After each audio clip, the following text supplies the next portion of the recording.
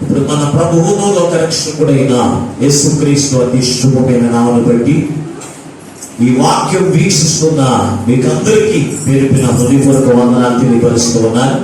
దేవుని యొక్క మహాకృపను బట్టి మరొక పర్యాయము దేవుని యొక్క సన్నిధి అనుభవాన్ని కలిగి మీతో కలిసి దేవుని మాటలు పంచుకోవడానికి దేవుడు నాకు ఇచ్చిన ఈ గొప్ప తరుణను బట్టి నేను ఎంతగానో ప్రభువును బట్టి స్తుతిస్తున్నాను, గణపరుస్తున్నాను. ఎందుకంటే ఈ రోజుల్లో మనం చూస్తే ప్రపంచ దేశాల్లో చాలా దేశాలు చాలా భయంకరమైన దినాల్లో మనం ఉన్నాం. ఎందుకంటే ఎక్కడ చూసినా మరణకరమైన వార్తలు వింటూ ఉన్నాం. ఈ యొక్క కరోనా వైరస్ ద్వారా బయటికి వెళ్ళాలన్నా, బంధువుల దగ్గరికి వెళ్ళాలన్నా, స్నేహితుల దగ్గరికి వెళ్ళాలన్నా, ఎవరి గృహంలోకి వెళ్ళాలన్నా కూడా మనం ఎంతో భయంతో నింపబడిన దినాల్లో మనం ఉన్నాం. కనుక మనం తప్పనిసరిగా తగిన జాగ్రత్తలు తీసుకుని మనం వెళ్ళాలి ఎక్కడికి వెళ్ళినా. కానీ బయటికి అత్యవసర పరిస్థితుల్లోనే మనం బయటికి వెళ్ళాలి. వెళ్ళిన ఆ యొక్క సమయంలో కూడా నీవు మాస్క్ ధరించుకుని ఉండాలి. శానిటైజర్ తప్పనిసరిగా మీరు వాడుతూ మీ యొక్క అత్యవసరమైన పనులు మాత్రమే మీరు చక్కబెట్టుకుని మీ గృహాల్లో మీరు ఉండాలని తెలియపరుస్తున్నారు ఈ యొక్క సమయంలో. ఎందుకంటే మానవులను బ్రతికించేది మన యొక్క తినేటువంటి ఆహారం ఉంటే కాదు, కానీ దేవుని యొక్క వాక్యము కూడా మనకి ఎంత అవసరమైనది కనుక అటువంటి విలువైనటువంటి జీవాహారం ఇచ్చేటువంటి జీవమునిచ్చే దేవుని యొక్క వాక్యాన్ని కొద్ది సమయాన్ని మనం నేర్చుకున్న పరిశుద్ధ గ్రంథము నుండి ఈ రోజున దేవుడు మన కొరకు సిద్ధపరిచిన దేవుని యొక్క వాక్య ధ్యానాంశము ప్రకటన గ్రంథము 3వ అధ్యాయము 10వ వచనాన్ని 11వ వచనాన్ని చదువుకుందాం. ప్రకటన గ్రంథము 3వ అధ్యాయము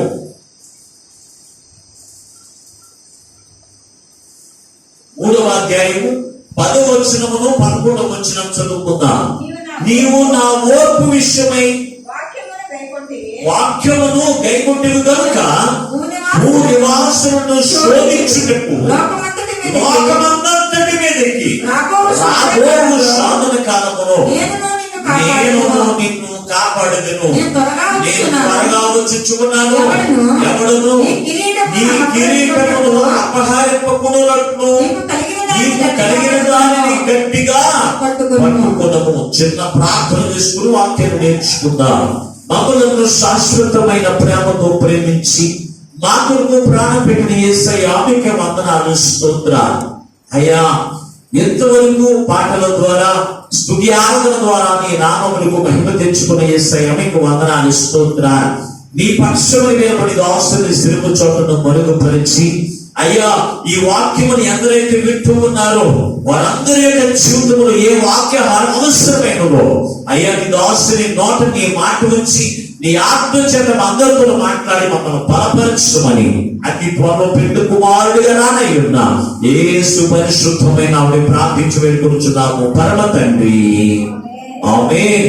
ప్రభునందు అత్యంత ప్రియమైనటువంటి దేవుని బిడ్డలారా, ఈ చదవబడిన వాక్య భాగమును మనం చూసినప్పుడు దేవుడు మనతో మాట్లాడుచున్న మాట, శోధన కాలంలో మనము దేనిని గట్టిగా పట్టుకుని ఉండవలసి ఉన్న వారమై ఉన్నామో ఈ వాక్య భాగములో రాయించాడు. ఎందుకంటే లోకమంతటి మీదకి శోధన కాలంలో నేను మిమ్మలను కాపాడను అని ఒక సైన్యముతో మాట్లాడాడు. అన్ని సంఘాలను ఈ మాట మాట్లాడాడు. అక్కడ ఈ ప్రకటన గ్రంథంలో 7 సంఘాలు ఉన్నాయి. ఈ 7 సంఘాల్లో ఇప్పుడు మనము చదవబడిన వాక్య భాగము దేవుడు మనతో మాట్లాడుతున్న మాట ఏ సంఘముతో మాట్లాడుతున్నాడంటే ఫిలదెల్ఫియా సంఘముతో మాట్లాడుతున్నాడు. ఈ 7 సంఘాలను కూడా దేవుడు చూసినప్పుడు ప్రతి సంఘంలో ఏదో ఒక లోపము, ఏదో ఒక లోటు కనపడుతూనే ఉంది. కానీ ఏ లోపము, ఏ లోటు లేనిది, ఏ దెబ్బలను ఎంచని సంఘము ఒకే ఒక సంఘము 7 సంఘాల్లో. అదే సంఘము ఫిలదెల్ఫియా సంఘము. ఈ ఫిలదెల్ఫియా అనేటువంటి మాటకు అర్థము ఏమిటంటే సోదర ప్రేమ అనే అర్థమిచ్చేటువంటి పేరు కలిగినటువంటి ఫిలదెల్ఫియా సంఘము. అంటే సహోదరి ప్రేమ, సోదర ప్రేమ కలిగినటువంటి సంఘము. ఏ సంఘం అంటే ఈ ఫిలదెల్ఫియా సంఘము. ఈ సంఘమును గురించి అనేకమైన విషయాలు ఉన్నాయి. ఈ మాటలన్నీ కూడా మనం ధ్యానం చేయడానికి సమయం సరిపోదు కనుక దేవుడు మనకి ఇచ్చిన ఈ సమయంలోనే కొన్ని మాటలు, అన్ని మాటలు కాదు కానీ ఈనాటి కాలంలో మనకు అవసరమైనటువంటి మాటలు మాత్రమే ఈ రోజున దేవుని యొక్క వాక్యముగా ధ్యానం చేసుకుందాము. ప్రభునందు దేవుని బిడ్డలారా, ఈ చదవబడిన వాక్య భాగమును మరొకసారి మనం ఆలోచన చేయగలిగినట్లయితే మరొకసారి మాట చదువుకుందాం. 10వ వచనాన్ని, నీవు నా ఓర్పు విషయమైన వాక్యమును కైకొట్టిన కనుక భూనివాసులందరి మీదకి శోధించుటకు లోకమంతటి మీదకి రాబోవు శోధన కాలంలో నేను నిన్ను కాపాడేదను. ఏ సంఘమును గురించి మాట్లాడుతూ ఉన్నాడు అంటే దేవునికి ఇష్టమైన సంఘము, వధువు సంఘముగా సిద్ధపరచబడిన సంఘముతో దేవుడు మాట్లాడుతూ ఉన్నాడు. లోకమంతటి మీదకి రాబోవు శోధన కాలంలో నేను నిన్ను కాపాడేదను అని ఒక శ్రేష్టమైనటువంటి మాటలు మాట్లాడుతూ ఉన్నాడు. ఈ రోజున మనం చూస్తే ఎక్కడ చూసినా శోధనలే. కుటుంబాలు సన్నిహితముగా కరోనా వైరస్ బారిన పడి చనిపోయినటువంటి కుటుంబాలు లేకపోలేదు. భార్య, భర్త, అలాగే పిల్లలు అనేక మంది చనిపోయినటువంటి ఇటువంటి భయంకరమైన శోధన కాలము ఇంకెప్పుడైనా మనం చూసాము అంటే చూడలేదండి. ఇది ఎక్కడుంది? ఒక మీననగరి గ్రామంలో ఒకటే కాదు, ఇది ఎక్కడుందో తెలుసా? లోకమంతటి మీదకి కూడా శోధన కాలం వచ్చునని దేవుడే ముందుగా ఈ వాక్యాన్ని రాయించాడు. ప్రభువుకు దేవుని బిడ్డారా, అయితే ఇక్కడ చూసినప్పుడు ఇది ఎప్పుడో అనేకమైన సంవత్సరాల క్రితమే, 2000 సంవత్సరాల క్రితమే రాయబడిన మాటను బట్టి మనం చూస్తే కనుక ఈ రోజున దాని యొక్క నెరవేర్పును మనం చూడగలుగుతూ ఉన్నాం. లోకమంతటి మీద ఏముందో తెలుసు అంటే శోధన. ఒక గ్రామానికి వెళ్ళాలన్నా, ఒక పక్షికి వెళ్ళాలన్నా, ఒక పెళ్లికి వెళ్ళాలన్నా, ఎక్కడికి వెళ్ళాలన్నా కూడా భయము. దేవుని మందిరానికి వెళ్ళాలన్నా కూడా భయపడేటువంటి రోజుల్లో మనము ఉన్నాము. అంటే ఇది ఏ కారణం తెలుసు అంటే దేవుడు శోధన కాలంలో దేవుడు మనం ఉంచాడని సంగతి మనం ఏం చేయాలి? జ్ఞాపకం చేసుకోవలసినటువంటి వారు మేము ఉన్నాము. దేవుని బిడ్డారా, ఇక్కడ శోధన కాలం అని చెప్పి అక్కడ ఏమని రాస్తున్నాడు తెలుసు అంటే నీవు నా ఓర్పు విషయమైన వాక్యమును కైకొట్టిన కనుక భూనివాసులందరినీ శోధించుటకు అని రాశాడు. శోధన అనేది దేవుడు ఈ శోధన కాలంలో దేవుడు మనకు ఎందుకు ఉంచాడు అంటే నేను ఎందుకో తెలుసు అంటే మనల్ని శోధించడానికి. దేవుడు శోధిస్తాడా అంటే దేవుడి యొక్క మాటను మనం వినకుండా, దేవుడి యొక్క మాట చెప్పడం మనం జీవించకుండా, మనకి ఇష్టానుసారమైన జీవితమును, దుర్మార్గము కలిగిన జీవితమును, దుష్టాత్మము కలిగిన జీవితంలో మనకు జీవిస్తూ ఉంటే కనుక దేవుడు కొన్నిసార్లు మన మీదకి ఏం చేస్తాడో తెలుసంటే శోధన పంపిస్తాడు. దేవుని బిడ్డలారా, శోధన పంపిస్తాడు. ఇశ్రాయేలు ప్రజలందరూ కూడా దేవుని యొక్క మాట వినకుండా వారి స్థానానుసారంగా జీవిస్తూ ఉన్నప్పుడు వారి మీదకి దేవుడు ఏం చేస్తాడో తెలుసంటే తెగుళ్ళు పంపించండి. తెగులు ద్వారా అనేక మంది చనిపోయారు. గల కారణం ఏమో తెలుసంటే వారు దేవుని యొక్క మాట వినలేదు, దేవుని లెక్క చేయలేదు, దేవుని యొక్క భయం లేకుండా, దేవుని యొక్క విశ్వాసం లేకుండా ఈ స్వానుసరమైన జీవితమును ప్రవర్తన కలిగి వారు జీవిస్తూ ఉన్నప్పుడు ఏం చేస్తాడో తెలుసా? దేవుడు మనుషుల మీదకి తెగుళ్ళు పంపించాడు. దేవుని బిడ్డ పంపించినప్పుడు ఆ తెగుడికి చాలా మంది నశించిపోయారు. ఈ రోజున పరిస్థితి కూడా అలాగే ఉంది. మనుషులందరూ కూడా మందిరానికి వెళ్తూ ఉన్నట్టుగా కనపడుతూ ఉన్నారు, కానీ దేవుని యొక్క భయం లేదు. మనుషులందరూ కూడా దేవుని యొక్క మందిరానికి వెళ్తూ ఉన్నారు, కానీ దేవుని యొక్క ప్రేమ కనపడట్లేదు. మనుషులందరూ కూడా దేవుని యొక్క సన్నిధికి వెళ్తున్నట్టుగా కనపడుతున్నారు, కానీ సహోదర ప్రేమ కనపడట్లేదు. దేవుని యొక్క సన్నిధికి వెళ్తున్నట్టుగా కనపడుతూ ఉన్నారు, కానీ ఓర్పు లేదు, సహనం లేదు, క్షమాపణ గుణం లేకుండా ఈ రోజున నరులందరూ కూడా జీవిస్తూ ఉన్నారు. కనుక దేవుడు మనం ఏం చేస్తున్నాడో తెలుసా? కొంతకాలం శోధనలో పెడుతున్నాడు. ఈ శోధన ఎలా ఉంది అంటే ఇంతకు ముందు ఎప్పుడైనా చూసాము అంటే చూడలేదు. దేవుడికి రాకడ గురించి చేసుకుంటూ వారు ఈ లోకంలో జీవిస్తూ ఉన్నప్పుడు ఒక శ్రేష్టమైనటువంటి మాటలో ఆయన పలికిన దేవుని బిడ్డారా, ఒకసారి చదువుదామా? ఒకసారి మాట ప్రకటన గ్రంథము 2వ అధ్యాయం 10వ వచనం ఒకసారి చదువుదాం. ప్రకటన గ్రంథము 2వ అధ్యాయం 10వ వచనం, ఇదిగో మీరు శోధింపబడినట్లు అపవాది మీలో కొందరిని చెర్ల వేయకపోవచ్చున్నాడు. 10 దినములు శ్రమ కలుగును, మరణము వరకు మరణము వరకు నమ్మకముగా ఉండుము. నేను నీకు జీవ కిరీటం నేను నీకు జీవ కిరీటం ఇస్తానంటున్నాడు దేవుని బిడ్డలారా.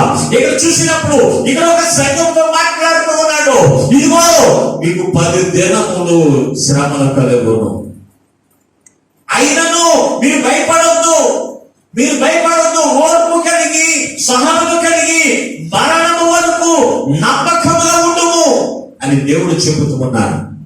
ఇది ఎంతకాలం ఉంటుందనేది మనకి తెలియదు. ఆనాడు 10 దినములు మీకు శోధన కాలం వస్తూ ఉంది, తర్వాత ఆ శోధన కాలం అయిపోతుంది.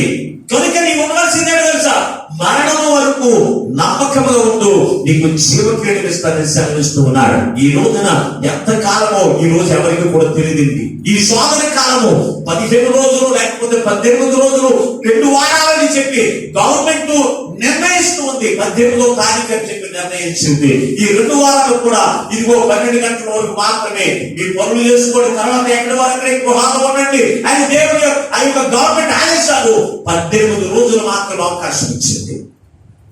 అంటే ఎంతకాలం అది గవర్నమెంట్ కి తెలియదు, ఎవరికి తెలియదు, అది దేవుడికి తప్ప ఎవరికి కూడా తెలియదు. కనుక దేవుడి యొక్క వాక్యంలో రాశాడు, ఇదిగో కొంత కాలము మీకు శోధన కాలం వచ్చును, అయినను మీరు భయపడక ధైర్యముగా ఉండండి.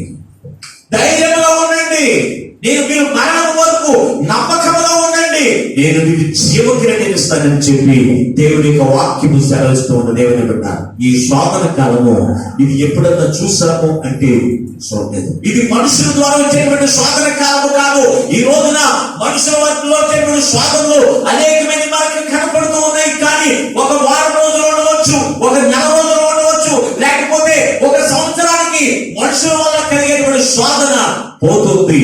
కానీ దేవుని వల్ల వచ్చేటువంటి శోధన మాత్రము దేవుని అనుమతి లేకుండా ఎంత మాత్రము కూడా పోనే పోదు. అందుకే యేసు ప్రభువు ఈ లోకంలో జీవించినప్పుడు శరీరధారిగా ఉన్నప్పుడు ఆయన మాట మాట్లాడుతూ చదువుదాం ఒకసారి. మత్తయి రాసిన సువార్త 24వ అధ్యాయం 21వ వచనం చదువుకుందాం. మత్తయి రాసిన సువార్త 24వ అధ్యాయం 21వ వచనాన్ని. లోకారంభము నుండి ఇప్పటి వరకు అట్టి శ్రమ కలుగలేదు, ఎప్పుడూ కలుగబోదు, ఎప్పుడు కూడా కలుగబోదు. ఆ దినములు తక్కువ చేయబడకపోయిన ఏ శరీరము కూడా తప్పించుకొనడు. చూడండి ఎంత స్పష్టంగా దేవుని యొక్క వాక్యములు తేటగా రాస్తూ ఉన్నాడు. ఇది భూమి పుట్టినది మొదలుకొని లోకారంభము మొదలుకొని ఇప్పటి వరకు ఈ కరోనా వైరస్ ద్వారా వచ్చేటువంటి శోధన కాలాన్ని ఎప్పుడైనా మనం చూసామా? చూడలేదు దేవుని బిడ్డలారా. ఇది లోకారంభం నుంచి ఇప్పటి వరకు కలిగిన శోధన ఈ రోజు మనం చూస్తూ ఉన్నాము అంటే కనుక మనం ఏ కాలంలో ఉన్నామంటే అంత్య దినాల్లో ఉన్నాం. దేవుని యొక్క రాకడ దినాల్లో ఉన్నాం. దేవుని యొక్క ఉగ్రత దినాల్లో మనం ఉన్నాం. కనుక దేవుని బిడ్డలారా, ఈ చదవబడిన ఈ యొక్క వాక్యం భాగమును బట్టి మనం చూసినట్లయితే ఇక భేదకది ఎంత మాత్రం కూడా రాదు. ఇక్కడ రాసను ఎన్ని దినములు ఉంటుందో సార్ మరొకసారి మాట చదువుతాం సార్. ఆ దినములు తక్కువ చేయబడకపోయిన ఏ శరీరం ఏ దినములు ఈ శోధన దినములు ఇదిగో తక్కువ దేవుడు తక్కువ చేయబడదు కదా. ఏ శరీరం ఇప్పుడు ఈ లోకంలో ఉన్నదండి. ఈ రోజునే చూస్తూ ఉంటే కనుక మనకి చూస్తూ అప్డేట్ వచ్చేస్తూ ఉంది. రోజుకి ఎంతమంది చనిపోతూ ఉన్నారు, రోజుకి ఎంతమంది చనిపోతూ ఉన్నారు మనకి లిస్టు ప్రతి రోజు వార్తలు చూపిస్తూనే ఉన్నారు. ఏ దినములో శోధన దినంలో మనుషులందరూ కూడా ఈ లోకాన్ని విడిచిపెట్టే జాగ్రత్త దర్శనం కొనుక్కోబడుతూ ఉన్నారు. ఈ శోధన కాలంలో మనం ఉన్నాము కనుక మనము చేయవలసిందని తెలుసంటే దేవుని కలిగినటువంటి జీవితమును మనము కలిగి ఉండేటువంటి వారిగా మనం ఉండాలి. మనం శోధన కాలంలో ఉన్నాము కనుక మనం చేయవలసిన పని ఏమిటో తెలుసంటే క్రీస్తుని కలిగినటువంటి జీవితంలో మనం కలిగి ఉండాలి. యథార్థత కలిగినటువంటి జీవితంలో మనం కలిగి ఉండాలి. దుష్టత్వమును విడిచిపెట్టి దేవుని యొక్క వాక్యానుసారం జీవించేటువంటి జీవితమును మనము కలిగి ఉండాలి.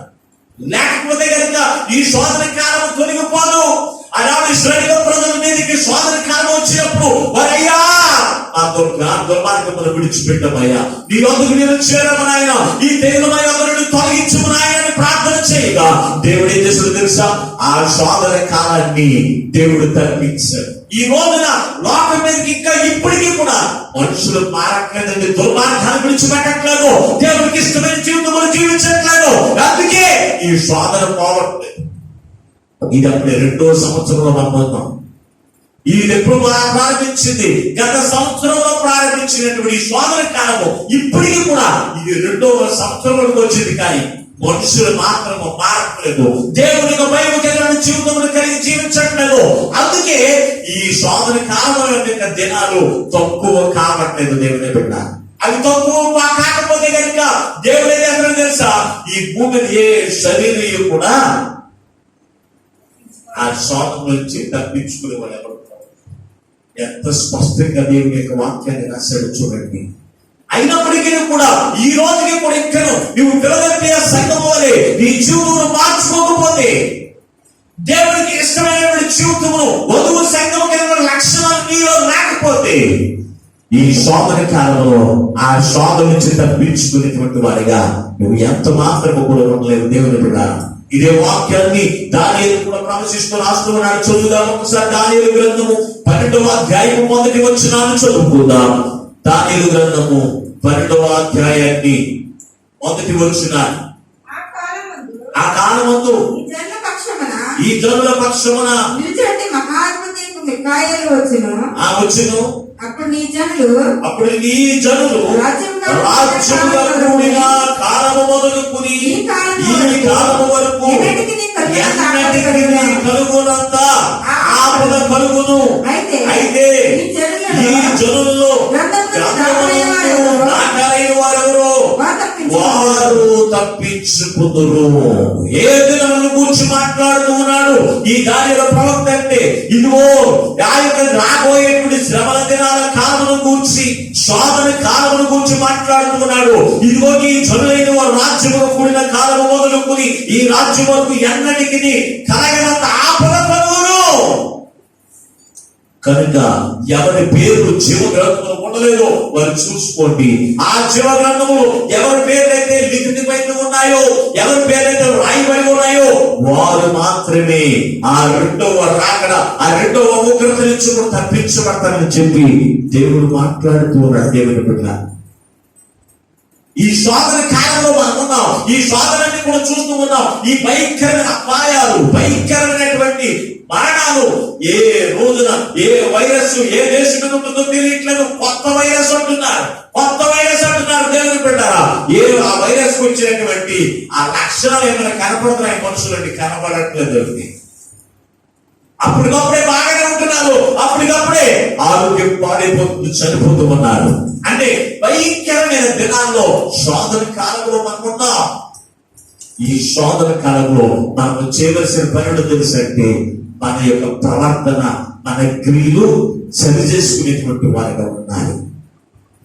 అందుకే ఇప్పుడు చదవబడిన వాక్య భాగంలో 3 విషయాలు మనం ఉన్నాయి. 3 విషయాలే మనకి కనపడుతున్నాయి. ఎందుకంటే ఈ ఫిలదెల్ఫియా సంఘంలో అనేకమైన లక్షణాలు ఉన్నాయి. ముందు నుంచి కూడా చూస్తే దావీదు యొక్క తాళపు చెవి నేను బిగించాను అంటున్నాడు. మీరు అపవాది మిమ్మల్ని పడగొట్టడానికి అనేకమైన ప్రయత్నములు చేసిన అపవాది యొక్క క్రియలకు లోబడకుండా మీరు తప్పించబడ్డారు. అనేకమైన క్రియలు మీకు, మీ యొక్క క్రియలు అనేకమైన ఉన్నాయి. నీ క్రియలు నాకు తెలుసు. క్రియలు కలిగిన సంఘము అనేకమైన లక్షణాలు ఉన్నాయి. అన్ని లక్షణాలు కూడా మనం ధ్యానం చేయడానికి మనకు సమయం సరిపోదు కనుక ఒక 3 మాటలు మీకు తెలియపరిచి నేను వాక్యాన్ని ముగిస్తాను. మొట్టమొదటిగా చూస్తే ఇప్పుడు 10వ వచనంలో ఒక శ్రేష్టమైన మాట కనపడుతున్నది. మీరు నా ఓర్పు విషయమందు అని రాశారు. అంటే ఒకటి, ఈ సంఘం అనుకున్న లక్ష్యం ఏంటంటే ఓర్పు కలిగిన సంఘము. ఈ రోజు మనుషులకి ఓర్పు ఉంటుందా? ఓర్పు ఉంటుందా? సహనంగా ఆలోచన చేయడం. దేవుని పెట్టారా? ఓర్పు కలిగినటువంటి సంఘముగా మనం ఉండాలి. మనం క్రీస్తుని కలిగి జీవిస్తే సరిపోదు, ఓర్పు ఉండాలి. నేను ఓర్చుకోలేను, ఎవరన్నా మాకంటే నేను ఓర్చుకోలేను. నా పక్కన నేను పడను, నా పొరుగు వారన్నా పడను, ఎవరన్నా నేను పడను, నాకు ఓర్పు లేదు అని ఖచ్చితంగా మనం ఒప్పుకోవడం కాదు. నువ్వు ఒప్పుకున్నావు అంటే కనుక నువ్వు వధువు సంఘముగా నువ్వు సిద్ధపోవడం నీకు లేదు. కనుక మనకు ఉండవలసింది ఏంటో తెలుసు అంటే ఓర్పు కలిగినటువంటి వారిగా మనం ఉండాలి. ఓర్పు ఏ విషయంలో ఉండాలి? చదువుదాం ఒకసారి పరిశుద్ధ గ్రంథంలో మనం చూడగలిగినట్లయితే రోమీయులకు రాసినటువంటి పత్రిక 12వ అధ్యాయము 12వ వచనంలో ఒక అమూల్యమైనటువంటి మాట మనకి కనబడుతూ ఉంది. ఓర్పు కలిగి ప్రార్థన చేసేటువంటి వారిగా ఉండాలి. చదువు ఒకసారి రోమీయులకు రాసిన పత్రిక 12వ అధ్యాయం 12వ వచనాన్ని. నిరీక్షణ గలవారై సంతోషించుచు శ్రమయందు ఓర్పు గలవారై శ్రమయందు ఓర్పు గలవారై ప్రార్థనయందు పట్టుదల కలిగి ఉండండి. ఓర్పు కలిగి ఉంటే సరిపోదు, ప్రార్థన యందు పట్టుదల కలిగినటువంటి వారిగా ఉండాలి. దేవుని బిడ్డారా, ఓర్పు. నువ్వు ప్రార్థన చేస్తావు, ఆ ప్రార్థనకి ప్రతిఫలం రాకపోతే ఓర్చుకోలేవు. నేను ప్రార్థన చేశాను, నా ప్రార్థనకి ఎంత కాలంటే దేవుడి అందరూ నువ్వు పొందుకునేంత వరకు కూడా ఏం చేయాలి తెలుసంటే ఓర్పు కలిగినటువంటి వారిగా ఉండాలి. అబ్రహాముతో దేవుడు వాగ్దానం ఇచ్చాడు, అబ్రహామా నీకు కుమారుడు ప్రసాదిస్తాను, నీ సంతానం నిష్కరేణుల వల్ల నేను చేస్తానని చెప్పి వాగ్దానం చేశాడు. అయితే అబ్రహాము 25 సంవత్సరములు ఓర్పు కలిగిన వాడిగా ఉండి ప్రార్థన జీవితం కలిగినటువంటి వాడిగా ఉన్నాడు. నువ్వు ఒక రోజు ప్రార్థన చేస్తావు, తెల్లారేసరికి జవాబు రాకపోతే, ఒక రోజు నువ్వు ప్రార్థన చేస్తావు, వారానికి నీకు జవాబు రాకపోతే, ఒక రోజు నువ్వు ప్రార్థన చేస్తావు, ఒక నెలకు నువ్వు ప్రార్థనకి జవాబు రాకపోతే నీలో ఓర్పు చచ్చిపోతుంది. ఇక దేవుడు అంటే నమ్మకం ఉండదు, దేవుడు అంటే విశ్వాసం ఉండదు.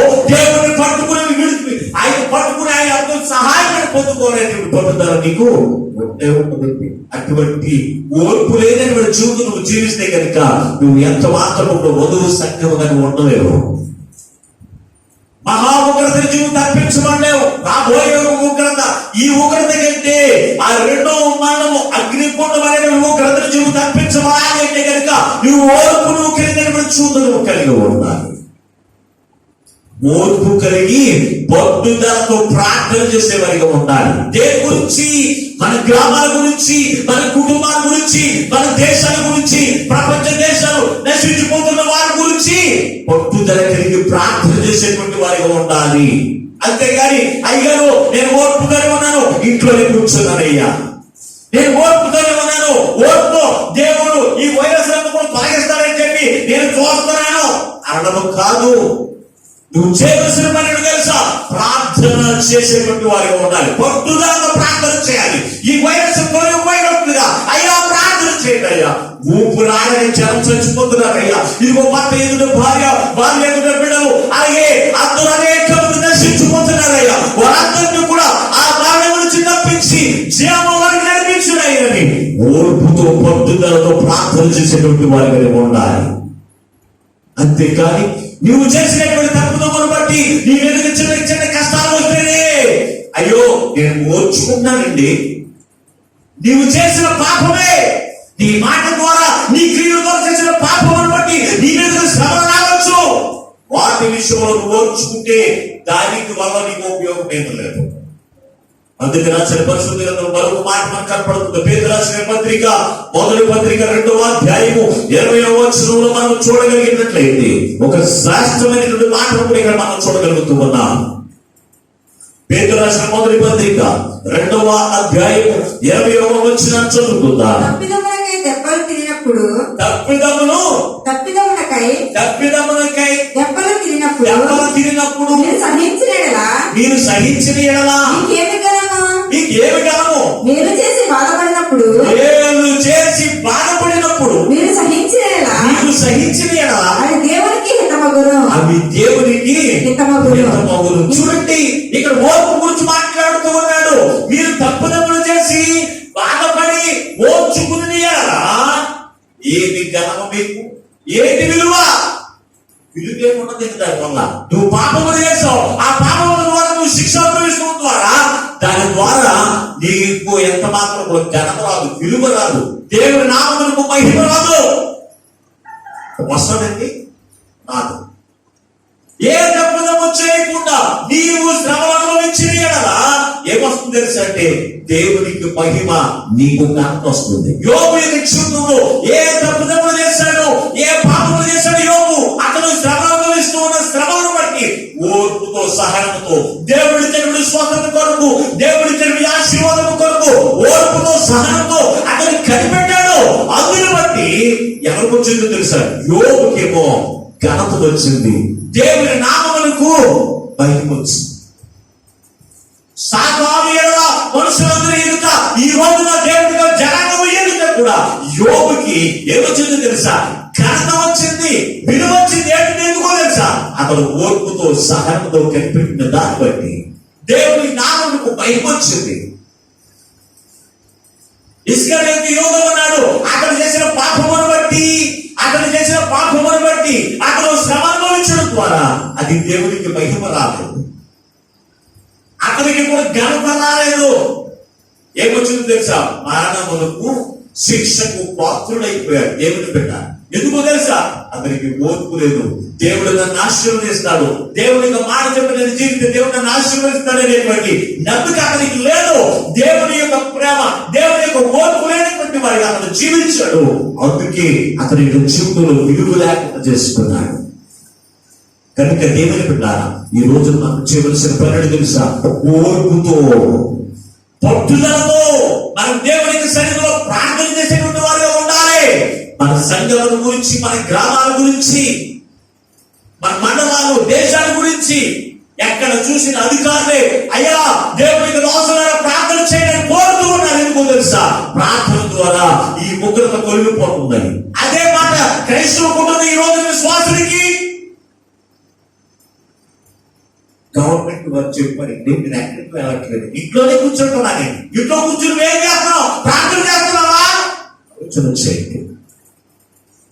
నీ కుటుంబం గురించి కాదు, నీ గ్రామాల గురించి కాదు, నశించిపోతున్న ప్రతి ఒక్కరి గురించి కూడా వ్యాధులతోనూ బాధలతోనూ ప్రార్థన చేసేటువంటి వారిగా నీవు ఉండాలి. మరి ఉంటున్నావా? మొదలు సంఘము వరి అలాంటి పిల్లల సంఘము ఉన్నటువంటి ఓర్పు నీలో ఉందా? ఆలోచన చేయండి. నేను సహించలేనండి, నా భర్త ఒక్క మాట అంటేనే నేను చచ్చిపోవాలనుకుంటున్నావు, ఇదిగో నీ భార్య ఒక్క మాట అంటే నేను చచ్చిపోవాలనుకుంటున్నావు, నీ పిల్లలు ఒక్క మాట నేను చచ్చిపోవాలనుకుంటున్నావు. ఓర్పు లేనటువంటి కారణం. నువ్వు క్రీస్తుని కలిగిన నీవు ఓర్పుతో సహనముతో దేవుడిచ్చినటువంటి జవాబు కొరకు ఎదురు చూసేటువంటి వారికి ఉండాలి. అంతేకాని ఓర్పు లేకుండా అనుకున్నామంటే వధువు సంఘానికి సంబంధించినట్టు కాదు. దేవుని యొక్క శ్రమలకు ఉగ్రతకు పాత్రలనే సంగతిని జ్ఞాపకం చేసుకుని ఓర్పు కలిగినటువంటి జీవితమును జీవించాలి. రెండవ మాటలకు వెళ్దాం, క్లుప్తంగా వెళ్ళిపోదాం. రెండవ మాట చూసినప్పుడు చదువు ఓర్పు వాక్యమును గైకొంటివి కనుక దానిని గట్టిగా పట్టుకోనము. కిందకి రాశారు ఆ మాటను చూస్తే కనుక నీవు కలిగి ఉన్న దాన్ని గట్టిగా పట్టుకుంటాడు. రెండోది దేని గట్టిగా పట్టుకోవాలి? ఇంటిని గట్టిగా పట్టుకోవడం కాదు, మనుషుల్ని గట్టిగా పట్టుకోవడం కాదు, నీ ఉత్సాహాన్ని గట్టిగా పట్టుకోవడం కాదు. దేని గట్టిగా పట్టుకోవాలంట? నీవు కలిగి ఉన్న దాన్ని అనగా దేవుని యొక్క వాక్యమును అనగా క్రీస్తుని నువ్వు గట్టిగా పట్టుకునే వారిగా ఉండాలి. ఈ ఆపద దినాల్లో, ఈ యొక్క శ్రమల దినాల్లో, ఈ శోధన దినాల్లో నువ్వు దేని కలిగి ఉన్నావో నీకు జ్ఞాపకం ఉందా? చాలా మంది అసలు గుర్తుండదండి. రక్షణ పొందాలని గుర్తుండదు. క్రీస్తుని సంగతి మర్చిపోయి తిరుగుతూ ఉంటావు. ఎవరు తిరుగుతారు తెలుసంటే పిచ్చోడే తిరుగుతుంది. పిచ్చోడు కొండ మీద బట్టలు ఉన్నాయి కదా తెలుస్తుందా? అట్లా తెలుస్తుందండి. అది బట్టలు ఉన్నాయి కదా అది తెలీదు. అది అలాగే తిరిగేస్తూ ఉంటాడు. అది సిగ్గు కట్టే ఏమన్నావు. మనము క్రీస్తుని కలిగి ఉన్నాము. మనం పిచ్చోడము కాదు. మనము దేనైతే కలిగి ఉన్నామో దానిని గట్టిగా పట్టుకునేటువంటి వారిగా మనం ఉండాలి. ఉంటున్నావా? వాక్యం వింటున్నావు, వాక్యం విని నువ్వు గట్టిగా పట్టుకున్నావు, విడిచిపెడుతున్నావా? ఆలోచన చేశారు ప్రియమైనటువంటి దేవుని బిడ్డలారా. పరిశుద్ధ గ్రంథములో మాట్లాడుచున్న అపోస్తలుడైన పౌలు కొరింథీ సంఘంతో ఒక శ్రేష్టమైన మాట మాట్లాడుతున్న చదువుదాం ఒకసారి. కొరింథీయులకు రాసిన మొదటి పత్రిక 17వ అధ్యాయం 2వ వచనాన్ని ఏమేమి పట్టుకోలో ఒక 3 విషయాలు వరకు ముగించేస్తాను. నీవు దాన్ని అంగీకరించింది, దాని మీద నిలిచి ఉన్నారు. నీ విశ్వాసం ఎంతమైతేనే కానీ నేను ఏ ఉపదేశాత్మకంగా సువార్త మీకు ప్రకటించుతున్నో, ఏ ఉపదేశమును ఏ ఉపదేశ రూపముగా సువార్త మీకు ప్రకటించుదునో స్వార్థను మీకు ప్రకటించుదును. ఆ ఉపదేశమును మీరు గట్టిగా పట్టుకున్నాయట. ఏది గట్టిగా పట్టుకోవాలంట? ఉపదేశమును మీరు గట్టిగా పట్టుకుని ఎలా? ఆ సువార్త వలనే ఆ సువార్త వలనే మీరు రక్షణ మీరు రక్షణ పొందువారైందురు. దేన్ని గట్టిగా పట్టుకోవాలి? మంచాన్ని గట్టిగా పట్టుకోవడం కాదు, టీవీలు గట్టిగా పట్టుకోవడం కాదు, సీరియల్ గట్టిగా పట్టుకోవడం కాదు, ఎవరన్నా ఒక మాట అంటే మాటని గట్టిగా పట్టుకోవడం కాదు. దేన్ని పట్టుకోవాలి తెలుసండి? స్వార్థ వలనైన ఉపదేశమును ఏం చేయాలి? గట్టిగా పట్టుకోవాలి. ఉపదేశము దేవునికి దాసుల ద్వారా దేవునికి ఆత్మ చేత ఉపదేశానికి అందిస్తున్నాడుగా. ఉపదేశాన్ని గట్టిగా పట్టుకున్నా విడిచిపెడుతున్నావా? కొంతమంది ఉంటారు దేవునికి మందిరంలో ఉపదేశం వింటారు, ఇక్కడి నుంచి గుమ్మం నుంచి బయటికి రాయాలి విడిచిపెట్టేస్తారంటే కుక్కలు ఏం చేస్తారో తెలుసు? బూడిదలో దొరుకుతూ ఉంటాయి. బూడిదలో దొరికిన తర్వాత ఆ ఇంటి యజమాని కంటే ఎవరన్నా ఈ ఇంటి గారు వచ్చి కుక్కడానికి కొడుతుంది. కొడితే ఏం చేస్తారు? వేరే చోట మీద బూడిలో కూర్చుని ఆలోచన చేస్తూ ఉంటుందండి. నేను ఇంకెప్పుడు ఆ ఇంటికి అనుకుంటూ చచ్చిపోయాడు ఇంటికి అంటే అది కొట్టాడు, నేను ఆ ఇంటికి అనుకోవాలనుకుంటున్నాను. ఆ బూడిలో నుంచి బయటకు వచ్చి ఒకసారి నాకు దురిపింది అప్పుడు మొత్తం మర్చిపోతాడు. మొత్తం మర్చిపోయి మళ్ళీ తిన్నగా ఆ ఇంటికి వెళ్తాను కొట్టేవాడు ఇంటికి. ఈ రోజున మందిరానికి వస్తారు, దేవునికి ఉపదేశం అన్నప్పుడు అనుకుంటారు ఇదిగో నేను దేవునికి విరుద్ధంగా నేను జీవిస్తున్నాను, పాప మార్గం జీవిస్తున్నాను, పాప ఆలోచన నేను జీవిస్తున్నాను అన్ని కూడా ఒప్పుకుంటారు. మందిరంలో నుంచి బయటికి వెళ్తూ చాలు ఏం చేస్తారు? మొత్తం ఉపదేశం అంతా కూడా ఎలాగైనా దురిపేస్తారంటే మొత్తం అంతా రాయిపోతే ఏముంది ఉపదేశం? ఉపదేశం ఏమడదు. అందుకే దేవునికి వాక్యానుసారమైన జీవితమును, దేవునికి వాక్యానుసారమైన మాటలు మనలో కనపడవండి. నువ్వు గట్టిగా పట్టుకోవాలి. ఇది శోధన కాలము, ఈ రాకడ దినాల్లో నువ్వు ఉన్నావు కనుక విన్నటువంటి ఉపదేశమును నువ్వు గట్టిగా పట్టుకునే వారిగా ఉంటాను, విడిచిపెట్టేటువంటి వారిగా ఉండడానికి వీల్లేదు. రెండవది చూస్తే మనం గట్టి పుట్టుకెళ్ళిపోదాం. రెండవదిగా చూసినప్పుడు మనం దేనిని గట్టిగా పట్టుకోవాలి తెలుసంటే సిద్ధాంతాలను, క్రైస్తవ సిద్ధాంతాలను గట్టిగా పట్టుకోవాలి. చదువుదాం ఒకసారి తీతుకు రాసిన పత్రిక 1వ అధ్యాయము 9వ వచనాన్ని చదువుకుందాం. తీతుకు రాసిన పత్రిక 1వ అధ్యాయము 9వ వచనాన్ని. తాను హితబోధ విషయమై జనులను హెచ్చరించుటకును ఎదురాడు వారి మాట ఖండించుటకును శక్తి గల వారగునట్లు ఉపదేశమును అనుసరించి నమ్మదగిన బోధను గట్టిగా చేపట్టుకుని వాడే ఉండవలను. చూడండి, దేవుని పెట్టారా? దేవుని యొక్క ఉపదేశం దేనికి తెలుసా? క్షేమకరమైన సిద్ధాంతాలను వాటన్నిటిని కూడా గట్టిగా పట్టుకుంటారు. దేవుని యొక్క వాక్యం ఏమి చెప్తుంది? వాక్యానుసారం మనం జీవించాలి, కానీ లోకానుసారం చుట్టూ మనం జీవించడానికి వీలేదు. లోక సిద్ధాంతాలు మనం గట్టిగా పట్టుకోవడం కాదు, దేవుడి యొక్క వాక్యం ఏమి చెప్తుందో అదే మనం చేసేటువంటి మనగా ఉండాలి. మొన్నటి దినాన్ని నేను ఒక శంకుస్థాపన అని చెప్పినప్పుడు సహోదరుడు వచ్చి చెప్పారు, అయ్యా ఇదిగో 7 గంటలకు శంకుస్థాపన చేయాలి అన్నప్పుడు నేనే కాదు వారి యొక్క సంఘ కాపరి గారు కూడా అదే మాట చెప్పారు. చెప్పినప్పుడు ఎవరో తెలిసిన కుటుంబంతో కూడా రక్షణ పొందినవాడు, కుటుంబంతో కూడా రక్షణ పొందినవాడు చెప్పారండి. అయితే మంత్రులు గారు ఏం చెప్పారంటే 7 గంటలకే శంకుస్థాపన చేయాలని చెప్పారు. అంటే అప్పుడు పాస్టర్ గారు ఇంటికి వచ్చాడు అంటే 9 గంటలకు వచ్చాడు. అయితే మంత్రులు గారు ఏం చెప్పారు? 7 గంటల నాకు ఇంకా మేస్త్రి గారికి 7 గంటలకు శంకుస్థాపన చేసేసాడు. పాస్టర్ గారు వచ్చి శంకుస్థాపన చేయడానికి వచ్చి ఆయన కూర్చున్నాడు, నేను వెళ్ళి అక్కడ కూర్చు. తీరా చూస్తే శంకుస్థాపన చేద్దామా అనే పాస్టర్ గారు ముందన్నారు. సరే చేద్దాం అయ్యారు, ఇద్దరు కూర్చున్నా. కూర్చున్నప్పటికీ ఆ సహోదరు చెప్తున్న మాట తెలుసా? అయ్యగారు శంకుస్థాపన అయిపోతే ప్రార్థన చేశాను.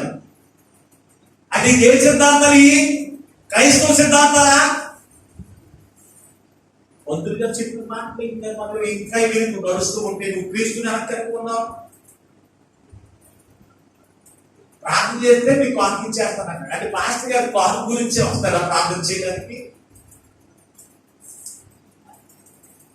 ముగ్గులు పెట్టుకోకుండా నాకు వచ్చి దెయ్యి కూర్చోవడం మీ ఇంటి ముందు అంటే ఆ ముగ్గులే పెట్టడం. ఆ ముగ్గురు కాదు నీకు తెలియదు. ఒకవేళ సేవకులు ఎప్పుడైనా నాదేనా ముహూర్తాలు చూసుకుంటా, ముహూర్తాలు చూసుకుంటామంటే దేవుడు పెట్టారు. చాలా జాగ్రత్త అండి. మనం ఏం చేయాలి? సిద్ధాంతాలు, క్రైస్తవ సిద్ధాంతాలను మనం పట్టుకోవాలి. దేవుని యొక్క వాక్యం ఏమి చెప్తూ ఉందో ఆ వాక్యానుసారం చేసేటువంటి వారికి మనం ఉండాలి తప్ప లోకం చెప్పేది, లోకాచారం చెప్పేటువంటి సిద్ధాంతాలు మనం గట్టిగా పట్టుకోవడం కాదు. వాటిని మాత్రం మర్చిపోవడం దేవుడికి వచ్చినా. కానీ రక్షణ పొందిన తర్వాత కూడా రక్షణ పొందిన నీవు ఎలా చేయాలి, ఏ కార్యక్రమాలు ఎలా నడిపించుకోవాలి, ఇవన్నీ కూడా నీకు తెలుసున్నాను.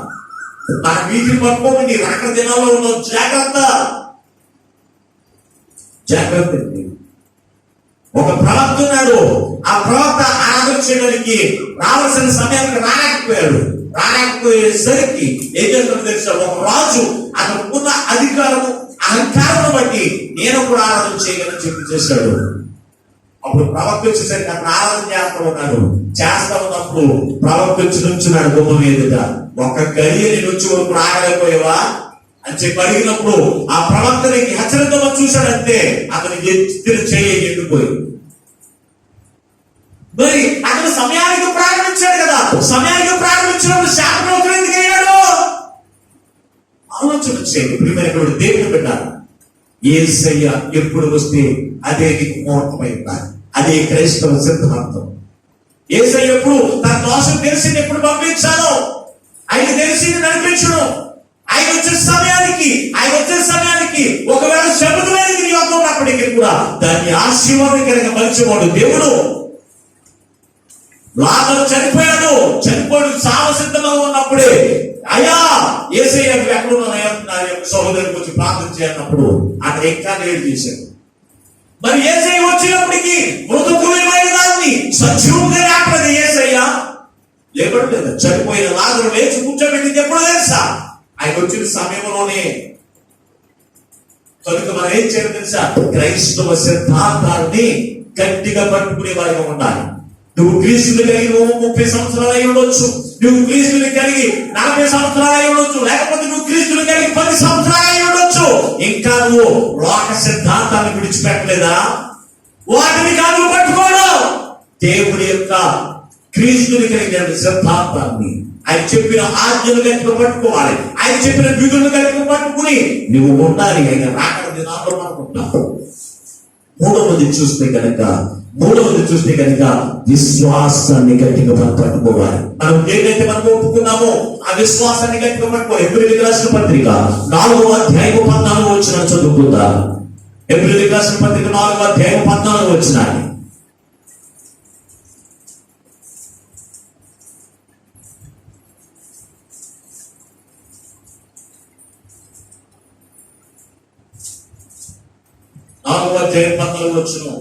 ఆకాశమండలము నుండి వెళ్ళిన దేవుని కుమారుడువై యేసు అను గొప్ప ప్రధాన యాజకుడు మనకు ఉన్నాడు కనుక మనము ఒప్పుకొనిన దానిని గట్టిగా మనం ఏం ఒప్పుకున్నాం? యేసుక్రీస్తు ప్రభువైన దేవుడని, ఆయనని పాప విమోచకుడని, ఆయనని రక్షకుడని, ఆయనని పరమ రాజ్యంలో నడిపిస్తాడని ఏం చేసాం తెలుసా? విశ్వాస ప్రమాణం చేసాం. బాప్తిసం తీసుకున్నాము. మరి దాన్ని గుర్తుంచి పెట్టుకుంటామా? ఆదివారం ప్రార్థనకి తప్పనిసరిగా వచ్చేస్తాను. అసలు ఈ ఉద్యోగం ఉండదు. మాకు లోకంలో కలిసిపోయిన వాడికి, లోకానుసారమైన ఆచారాలు కలిగినటువంటి వారికి విశ్వాసం అనేది గుర్తుండదు. మనం ఒప్పుకునే దాన్ని దేవుని ఎదుట నువ్వు రక్షణ పొందడానికి దేవుని ఒప్పుకున్న దాన్ని నువ్వు గట్టిగా పెట్టుకోవాలి. దాన్ని విడిచిపెట్టడానికి వీల్లేదు. ఎందుకో తెలుసా? మనము లోకమంతటి మీదకి రాబో శోధన కాలంలో మనం ఉన్నాం. ఈ శోధన కాలంలో గట్టిగా పట్టుకోవలసినవి విడిచిపెట్టవలసినవి గట్టిగా నువ్వు పట్టుకున్నావు అంటే కనుక నువ్వు శోధనకి గురవుతావు, నువ్వు కష్టానికి గురవుతావు, దేవుని యొక్క ఉగ్రతకు గురవుతామనే సంగతిని జ్ఞాపకం చేసుకుని నీవు గట్టిగా పట్టుకోవలసినవి గట్టిగా పట్టుకునే వారిగా ఉన్నా. ఆలోచన చేయకు దేవుని బిడ్డ. ఇదిగో ఆయన త్వరగా వచ్చుచు ఉన్నాడు అని రాసి ఏమన్నా తెలుసా? చదువుతాం ఒకసారి మాట. ఇదిగో నేను త్వరగా వచ్చుచు ఉన్నాను, ఎవడును నీ కిరీటము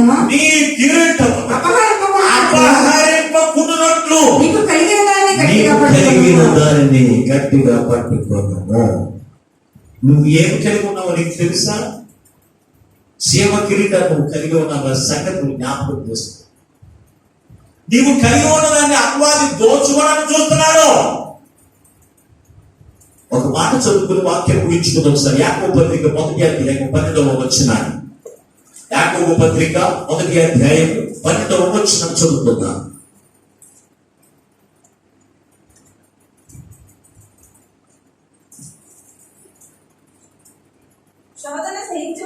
శోధన సహించువాడు ధన్యుడు, అతడు శోధనకు నిలిచిన వాడే ప్రభు నన్ను ప్రేమించే వారికి వాగ్దానం చేసిన జీవ కిరీటము పొందును. జీవ కిరీటం పొందును. ఇది ఎలా పొందుకుంటారంట? శోధన సహించు.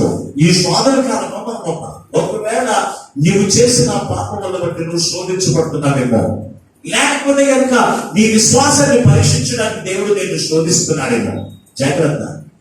శోధన సహించి నీవు పట్టుకోవలసినటువంటి దేవుని యొక్క వాక్యమును గట్టిగా పట్టుకునే వారిగా ఉండాలి. శోధన సహించి నీవు పట్టుకోవలసిన విశ్వాసాన్ని నువ్వు గట్టిగా పట్టుకునే వారిగా ఉండాలి. శోధన సహించి దేవుని యొక్క ఆచారాలను, దేవుని యొక్క క్షేమకరమైన సిద్ధాంతాలను నీవు గట్టిగా పట్టుకునేటువంటి వారిగా ఉండాలి. అప్పుడు దేవుడు నీకు సిద్ధపరిచిన జీవకీర్తాన్ని నీకు ఇస్తాడు. అంతేకాని గట్టిగా పట్టుకోవలసినవి విడిచిపెట్టవలసినవి మనము గట్టిగా పట్టుకుంటే కనుక ఈ శోధన కాలంలో నువ్వు ఇంకా శోధించబడతావు, శోధనకు గురవుతావు, కష్టాలకు గురవుతావు, ఇబ్బందులకు గురవుతావు. అందు నిమిత్తం యేసు ప్రభువు ఈ లోకంలోనికి రాలేదు. ఈ శోధనలన్నీ కూడా ఆయన భరించి, మన మీదకి వచ్చేటువంటి 10 విధమైన పాప భారం ఆయన భరించి, మన మీదకి వచ్చిన శాపాన్ని ఆయన భరించి, ఆయన దేవుడు మనకి ఏం చేస్తాడో తెలుసా?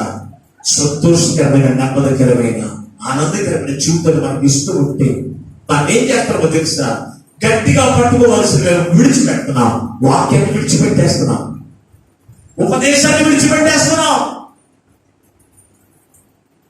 క్రీస్తు కలిగినటువంటి పద్ధతులను విడిచిపెడుతున్నాం, ఆజ్ఞలు విడిచిపెడుతున్నాం, ఆయన విధులు విడిచిపెడుతున్నాం, విశ్వాస ప్రమాణాన్ని విడిచిపెడుతున్నాం. విడిచిపెట్టవలసినవి అద్దుకుని గట్టిగా పట్టుకుని మనం జీవిస్తున్నాం. అందుకే ఈ రోజున నాకు ఎక్కడో తెలుసా? శోధన కాలంలో ఉంది. ఈ శోధన కాలం యొక్క దినములు తక్కువ చేయబడాలి అంటే కనుక ఒకవేళ నువ్వు విడిచిపెట్టిన దేవుని యొక్క వాక్యాన్ని గట్టిగా పట్టుకో. ఆయన రాకడ దినాలలో ఉన్నామని సంగతి జ్ఞాపకం చేసుకో. ఆయన విశ్వాసాన్ని గట్టిగా నువ్వు పట్టుకో. దేవుని యొక్క సిద్ధాంతాన్ని గట్టిగా పట్టుకుని నువ్వు జీవించు. దేవుడు నీ కొరకు సిద్ధపరిచిన ఆ జీవ కిరీటాన్ని నీవు పొందుకోవడానికి నువ్వేం చేయాలి తెలుసా? వీటిని పట్టుకుంటేనే ఆ జీవ కిరీటాన్ని నువ్వు పొందుకుంటావు. లేకపోతే కనుక అపవాదైన సాతాను నిన్ను పాడగొడతాడు. నీకు సిద్ధపరిచిన జీవ కిరీటాన్ని నీకు పొందుకొని కూడా చేస్తాడు. అది పొందుకోలేదు సాతాను, అది వాళ్ళ కాదు. అది నువ్వు పొందుకునేవారు ఉండాలి అంటే కనుక గట్టిగా పట్టుకోవాల్సింది విడిచిపెట్టుకుంటా. నేను మిమ్మల్ని చేతులెత్తి బ్రతుకులాడుతున్నాను. ఎందుకంటే తెలుసా? ఈ మహా శోధన కాలంలో మనం ఉన్నాం. ఈ భయంకరమైన దినాల్లో మనం ఉన్నాం. ఏ రోజున మనం ఉంటామో మనకు తెలియనటువంటి దినాల్లో మనం ఉన్నాం. కనుక మనము గట్టిగా పట్టుకోవాల్సింది పట్టుకుని దేవుడు నీ కొరకు సిద్ధపరిచిన జీవ కిరీటాన్ని స్వతంత్రించుకుందాం. అటువంటి కృపవాక్యం ఈ వాక్యం విన్న మీకు అందరికీ అనుగ్రహం చేసి ఆయనే మహిమ పొందును గాక. ఆమె ప్రార్థన చేసుకుందాం. మమ్మలను శాశ్వతమైన ప్రేమతో ప్రేమించి ఇంతవరకు మమ్మల్ని ప్రేమించి మాతో మాట్లాడాలి తండ్రి. ఈ శోధన దినములు, ఈ ఉగ్రత దినములు తక్కువ చేయడానికే మాతో మాట్లాడు. ఎప్పుడు తెలుసా? ఆనాడు ఫిలదెల్ఫియా సంఘమును చూసినప్పుడు అయ్యా ఫిలదెల్ఫియా సంఘమును చూసినప్పుడు ఏ తప్పుదము లేనటువంటి సంఘముగా ఉన్నది నాయన. ఆ సంఘముల నుంచి కొన్ని మాటలు మాతో మాట్లాడాలి. ఓర్పు కలిగిన సంఘముగా దేవుని యొక్క వాక్యమును గైకొని ఆ వాక్యమును గట్టిగా పట్టుకునే సంఘముగా నీ ఆజ్ఞలను, నీ విధులను, నీ ఆచారాలను గట్టిగా పట్టుకునే సంఘముగా విశ్వాస ప్రమాణాన్ని మర్చిపోకుండా విశ్వాసాన్ని గట్టిగా పట్టుకునే సంఘముగా నీవు సిద్ధపరిచిన జీవ కిరీటమును పోగొట్టుకునే సంఘముగా కాకూడదండి, గట్టిగా పట్టుకునే సంఘముగా ఉంటుంది. లోకమందంతటి మీదకి రాబో శోధన కాలము నీకు సిద్ధపడి నువ్వు పట్టుకున్న దాన్ని గట్టిగా నువ్వు పట్టుకో అని నువ్వు గట్టిగా మాతో మాట్లాడి ఈ రోజునయ్యా నీ బిడ్డలైన వారు నీ ఉపదేశాన్ని వింటున్నాను, కానీ మరిచిపోకూడదు ఆయన. వాటిని గట్టిగా పట్టుకునేటువంటి వారిగా చూపించండి ఆయన. అయ్యా నీ ఆజ్ఞలను, నీ విధులను, అయ్యా నీ సిద్ధాంతాలను గట్టిగా పట్టుకుని వాటి చెప్పిన నడుచుకునేటువంటి వారి, వాటి చెప్పిన ప్రవర్తించేటువంటి వారిగా చూపించండి ఆయన.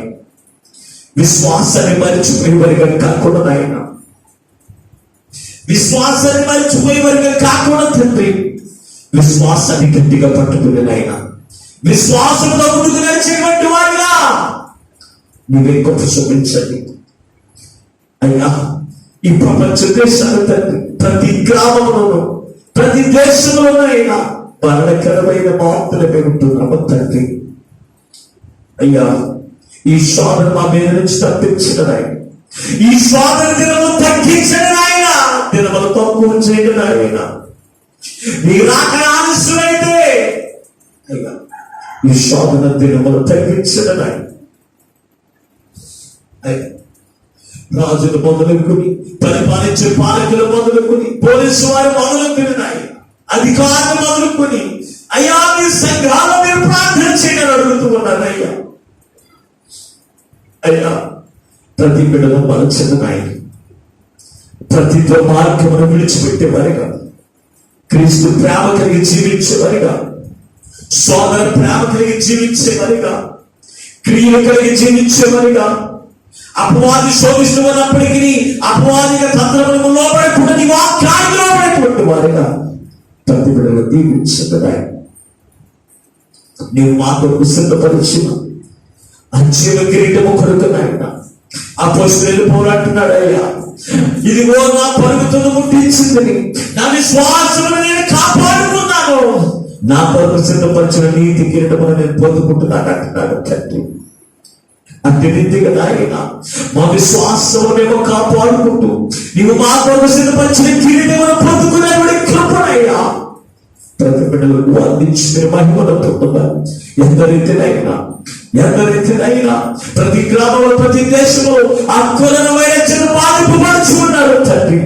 వారందరి మీదకి నీ కళ్ళ ధారణ చేస్తున్నారయ్యా. నీ రక్తములున్న ప్రభావం కల్పించండి, విడిపించండి. ఆ వైరస్ ఈ ఉగ్రతను మీరు తొలగించండి తండ్రి. మీకు వందనాలు ఇస్తున్నారని నీ ప్రజల క్షేమము కలుగునైనా, డాక్టర్లే కాదులైనా, నర్సులే కాదయ్యా, ఆశవాక్యులే కాదయ్యా, పోలీసు బంధవారి కాదయ్యా, మున్సిపల్ వారికి కాదులైనా, అనేక మందినైనా వారు ప్రయత్నం వారు చేస్తూ ఉన్నారు.